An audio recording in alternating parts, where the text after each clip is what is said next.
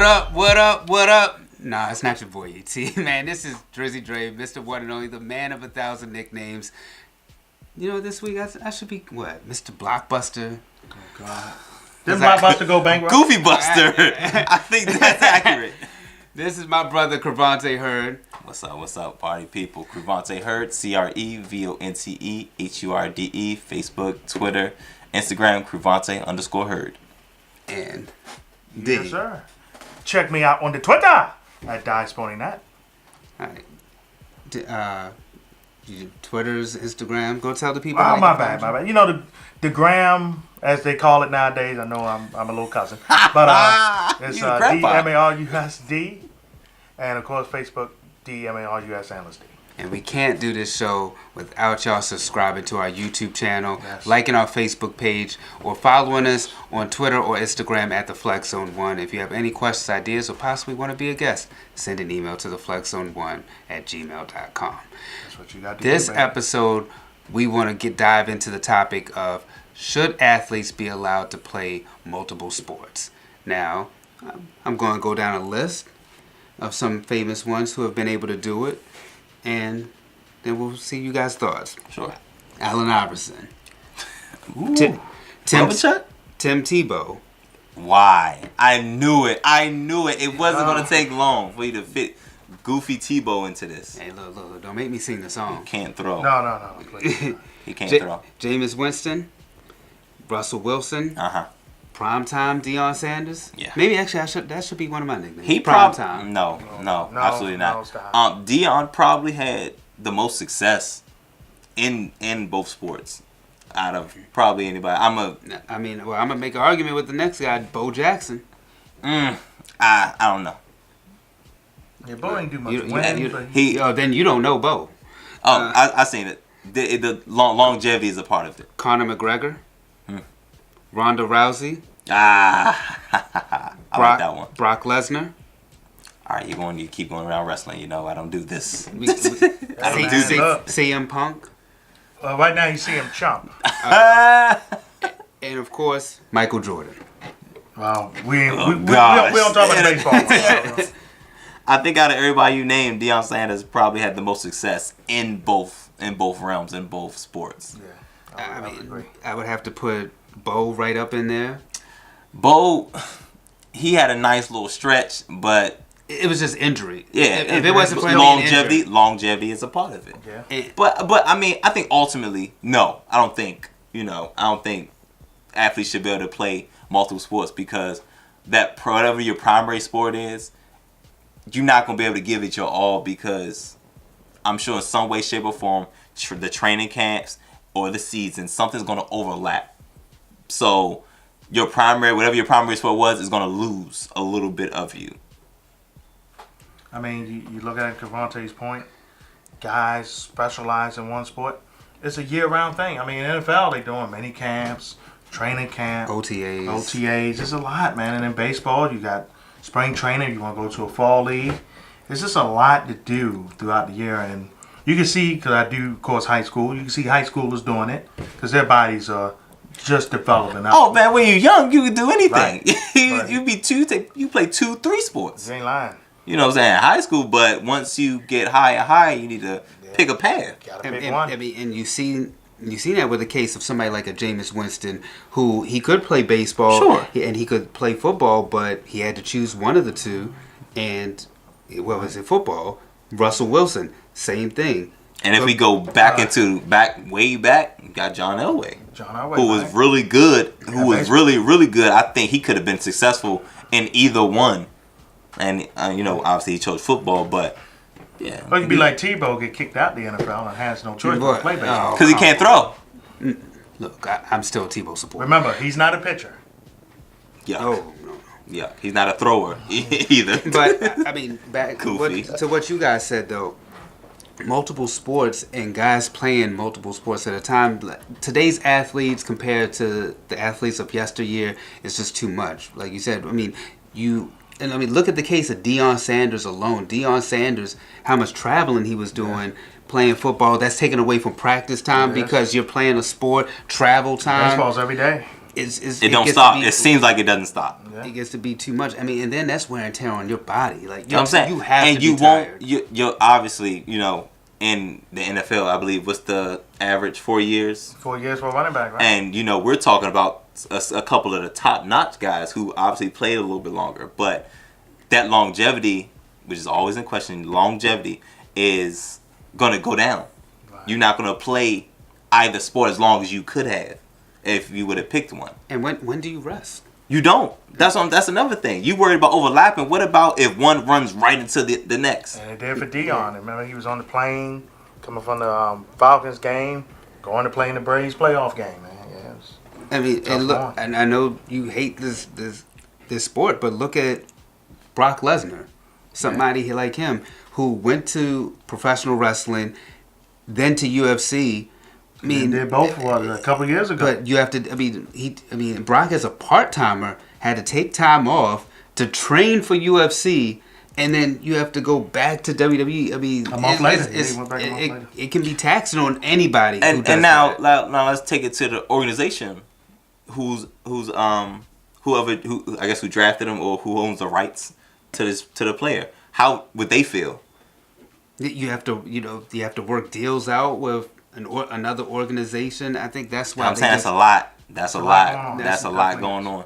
And I don't know how does it work with agents as far as them being in different leagues. Does that work? Is that a thing? The agent just probably loves it. They probably just got one agent who's just probably cleaning it all up. I'm like, if I'm the agent, you're the one who's probably winning the most out of this whole thing because that's multiple streams of revenue. With baseball, though, you don't get up to the majors right away, so you got to work your way to the majors. Well, I'm sure that can probably work because the minor schedule is obviously not the major schedule. It's not, and it varies. It does vary. Sure, and obviously, Michael Jordan was in the minors as well. He spent some time there as well. I think he just got to the majors over his name, honestly. Right. Yeah, sometimes that's what happens. A lot of the time. I mean, because you want to see those guys just bump up right away. I mean, once you perform to a certain level in whatever sport, you want to see what you're gonna do, what they could do in another sport. So, it's TV, it's ratings. Michael Jordan doesn't matter what he do. Just Michael Jordan on TV. It doesn't matter. It didn't put him up. The people come. Well, I mean, there's plenty of athletes who have done it over the years, but nowadays it's just impossible, y'all. Wilt Chamberlain played volleyball. The great Wilt Chamberlain. You would have never known that. IVA. That block game. International Volleyball Association. Didn't know that was a thing. Wilt Chamberlain, 7 feet tall. Picture that. Let that sink in. Wow. We're going to take a quick break, y'all. This is In Between the Zone. Crevonte D, myself, Mr. Blockbuster, a.k.a. Mr. Goofy Primetime. Goofy Buster. That's not a thing. That's to a show. Come on now. Man. Come on now. You can't. No, absolutely not. Absolutely not. 3, 4, 5. Absolutely not. Oh, you LeBron now. Not 1, not 2, We're not 3, We're not doing 4. it. We're not doing this. I'm not a part of this. Make sure y'all stay tuned for In Between the Zone, y'all. Hey guys, this is Crevonte Hurde here. I am the senior producer and co-founder of the Flex Zone. Follow me, Crevonte Hurde, at CREVONTEHURDE, Facebook, Twitter, Instagram, Crevonte_Hurde. I am the voice of reason on the show. I point out all goofiness when I see it, and trust me, there is a lot of it. Check us out. Ain't that right? Come on, man. Get out of here. That's what I'm going to do. That's what I'm going to do. The goofiness. There it goes. What's good, everybody? This is Drizzy Dre, Mr. One and Only, the co-founder and executive producer for The Flex Zone. Go ahead and subscribe to our YouTube channel, The Flex Zone, to catch us each and every week. All the craziness that you may have heard or you may not have heard, go ahead to YouTube, subscribe, The Flex Zone, to catch us. And we're back, y'all. In Between the Zone. Make sure that you follow us on Twitter and Instagram at The Flex Zone 1. Like our Facebook page and subscribe to our YouTube channel, The Flex Zone Podcast. You put that in and our channel will come right up. The first one. This is my boy Crevonte D. It's still in the building. And we want to ask y'all, has technology made it easier for us to watch games? That was a long sigh on that one. I mean, technology has changed everything. How we do everything, how we live, even to how we eat. Yes, it does make it easier to, be to watch the games. But do you have a follow up? I mean, has it made it easier? Oh, no question. It's made it easier. You can be on your phone and watch it. Laptop, tablet. I mean, instantly now you can see what's going on. That's what we was talking about it. I know recently with Sports Center, for example. That's why it's faded over the years, because you don't have to wait till 6 o'clock p.m. or 11 o'clock at night to see a highlight. You see it instantly. I think, of course, the easy answer is yes, it has made it easier for us to watch the games, but is it good for the leagues? Ooh, there we go. That's what I was waiting for. That's what I was waiting for to follow up. I guess you go either way with this, but I don't know. I don't think so, because, and I'm mainly thinking about those outside sports. Being outside, you're susceptible to the elements, right? Cold, rain, all the elements, right? But when you're at home and you're streaming, you get all the angles that you could ever want, and maybe some that you don't want, but at the comfort of your own home. And I feel like you can't beat that. Ain't no question, man. I know with Major League Baseball, I think it's hurt. It's hurt the TV product somewhat, because don't make Sunday Night Baseball or Fox's Game of the Week feel any special anymore, and you can watch at home, man. I mean, why go out and see your team either win or lose? Well, in the Orioles' case, lose a whole bunch. You can stay home, comfort your home. Hey, they stinking. I can turn something else. But the specialty of being at the games, the NFL's trying to do more fantasy football and other things to keep people invested. But it's technology's good in that way, but it's bad in the sense of live sporting experience. And I completely agree with you. For sports, I mean, look at a spot like sport like the WWE, where people. Yes, Crevonte. Goofiness. Go ahead. I'm sorry. I did not mean to interrupt the goofiness. I'm sorry. When you go to an actual WWE event, I'm telling you, it's nothing like it. Compared to when you're watching it at home, it's one thing to hear the commentary, but when you're amongst other wrestling fans, you get the chants going. Yeah. It's a different experience. Baseball is another one where people say it's boring to watch the game of baseball, but when you're actually there, they have more fun being amongst other people, watching the game, and seeing how it's going through all 9 innings. Sometimes you don't even realize you're in a baseball game for that long. Now, don't get me wrong. I do like going to baseball games, but then there's other things that go along with that. There's traffic. There's the general travel, whether we're gonna park in, or whether we're gonna drive ourselves, or we're gonna take public transportation. Public transportation is always jumping when the O's in town. That light rail, you know how that light rail is in Baltimore. And, there's a bunch of other things and a bunch of other headaches that goes along with it that, me personally, I don't want to deal with.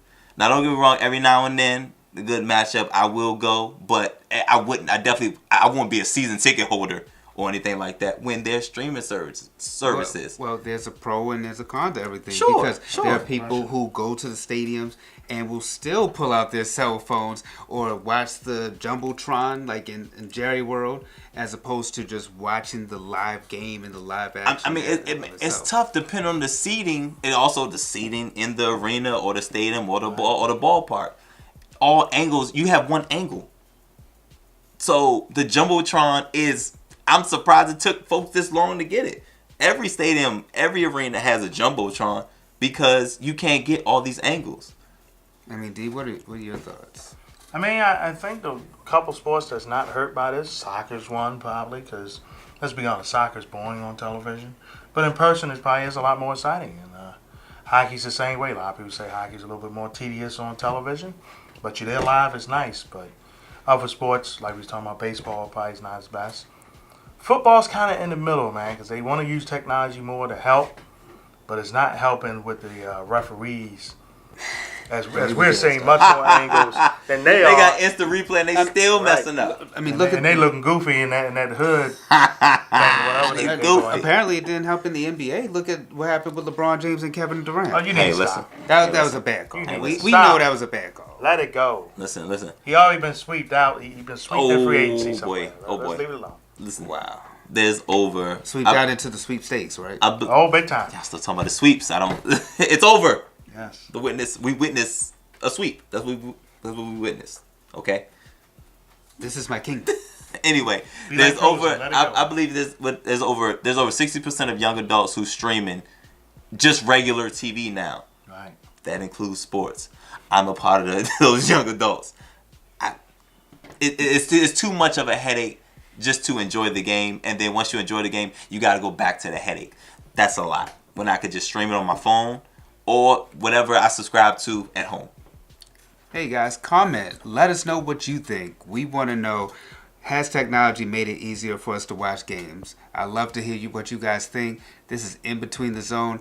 Make sure that you go like our Facebook page, The Flex Zone. Follow us on Twitter and Instagram at The Flex Zone 1. Subscribe to our YouTube channel. Put in The Flex Zone Podcast and we'll pop right up. This is Crevonte. What's your social media, Crevonte? At Crevonte Hurde, CREVONTE HURDE, Facebook, Twitter, and Crevonte_Hurde, Instagram. And this is Goodney. That's right. You sound old and old. Boy. Instagram quickly. It's DERUS D, and then Facebook DEMARUS Analyst D, and the Twitter at Displaying That. I am the Black American Dream, Mr. Box Office, Primetime, the man of a thousand nicknames. Goofy and goofier. This is In Between the Zone. Until next time, y'all. Peace. Peace out.